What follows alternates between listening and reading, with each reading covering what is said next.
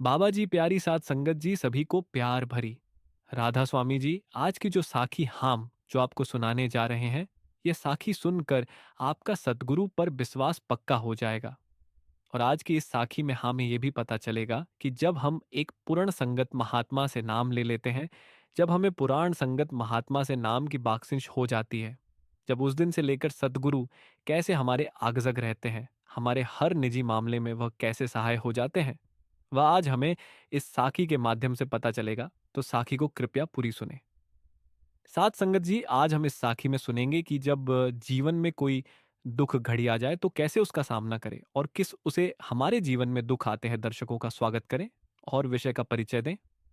आज हम बात करेंगे कि जब जीवन में दुख की घड़ी आती है तो हमें क्या करना चाहिए और सदगुरु की शिक्षाओं के अनुसार हमें कैसे इस स्थिति का सामना करना चाहिए। राधा स्वामी मत हमें आत्मा के वास्तविक मार्ग को समझने और सतगुरु की रजा इच्छा में जीना सिखाता है। हर सुख दुख को एक समान समझने का जो ज्ञान हमें मिलता है, वही हमें जीवन के कठिन पलों में शांत और स्थिर बनाए रखता है। 2, दुख का महत्व और जीवन में इसकी भूमिका। 4 से 5 मिनट दुख का महत्व समझाएं। दुख का आना भी जीवन का एक अहम हिस्सा है, ठीक वैसे ही जैसे दिन के बाद रात आती है और रात के बाद दिन। अगर जीवन में दुख न हो तो सुख का अनुभव भी अधूरा लगेगा। महात्माओं और संतों की दृष्टि से दुख को कैसे देखा जाता है, इसका उल्लेख करें। संत कहते हैं, दुख हमारी आत्मा को मजबूत करने के लिए आता है। जैसे सोने को तपाकर शुद्ध सोना बनाया जाता है, वैसे ही सदगुरु की मर्जी से आए दुख हमें निखारते हैं। एक कथा या प्रसंग सुनाए। एक बार एक शिष्य ने गुरु से पूछा, गुरु जी, मुझे क्यों दुख झेलने पड़ते हैं? गुरु ने मुस्कुराते हुए कहा, बेटा, जब कुम्हार मिट्टी के बर्तन बनाता है तो उसे अंदर से सहारा देता है और बाहर से थपकी मारता है। जीवन में दुख भी उस थपकी की तरह है जो हमें मजबूत बनाता है। 3, सदगुरु की रजा में रहना, सदगुरु की मर्जी को समझना क्यों जरूरी है। जब हम सदगुरु की मर्जी को अपना लेते हैं तो हर परिस्थिति को स्वीकार करना आसान हो जाता है। हमें विश्वास करना चाहिए कि सदगुरु की रजा के बिना हमारे जीवन में कुछ भी नहीं होता। उदाहरण दें, जिस प्रकार एक बच्चा अपनी माँ की गोद में बैठा रहता है और माँ जो भी खिलाती है वह बिना सवाल किए खा लेता है, हमें भी अपने सदगुरु पर वैसा ही विश्वास रखना चाहिए। सदगुरु की शिक्षाओं का उल्लेख करें। सदगुरु बार बार यही कहते हैं, जब भी दुख आए तो उसे मेरी मर्जी मानकर सहन कर लो, क्योंकि हर दुख के पीछे एक सीख छुपी होती है। 4, दुख के समय क्या करना चाहिए? नाम का सुमिरन करें। जब जीवन में कोई दुख आए तो सबसे पहले नाम का सुमिरन करना चाहिए।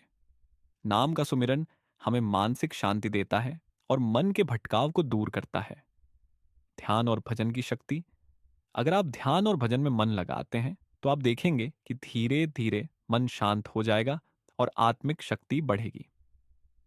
संगत का महत्व। सत्संग सुनना और संगत में रहना मन की शांति के लिए बहुत आवश्यक है।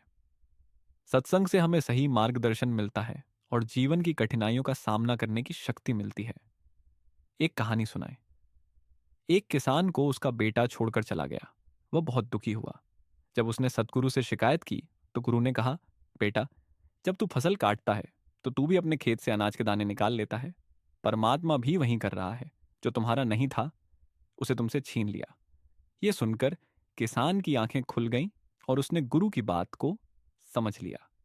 5, प्रेरणादायक शायरी और भजन। कुछ प्रेरणादायक शेर, दोहे या शायरी शामिल करें।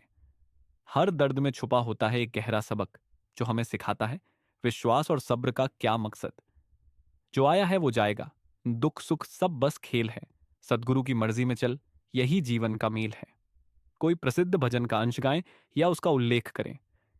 प्रसिद्ध भजन सतगुरु मेरी राखो लाज को याद करें, जिसे लोग अक्सर संकट के समय गाते हैं। 6, निष्कर्ष और अंतिम संदेश। जीवन के दुखों का सार और संदेश दें।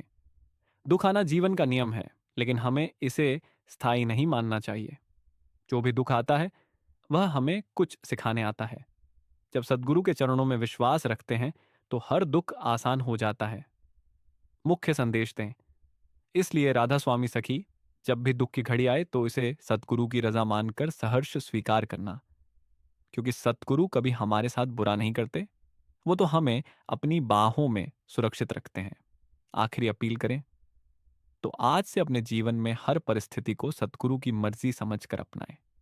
दुख में भी मुस्कुराएं और याद रखें कि हर रात के बाद सवेरा जरूर होता है राधा स्वामी जी।